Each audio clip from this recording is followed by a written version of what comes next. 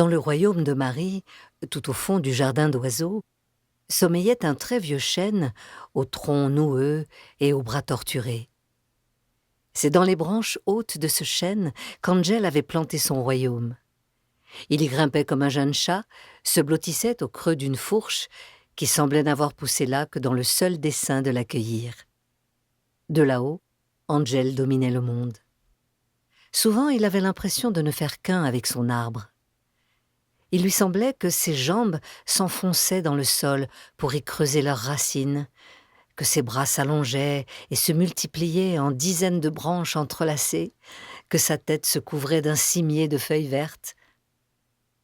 Son corps se confondait avec le corps de l'arbre, et ses sensations s'élargissaient peu à peu aux dimensions de l'univers. Dans les bras, dans le cœur de son arbre, Angel se sentait devenir infiniment grand et infiniment petit.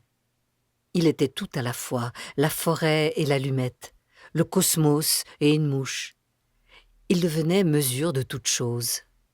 Raccordé à son axe de vie, autour duquel tournoyaient les milliards de galaxies, Angel devenait enfin l'arbre du monde.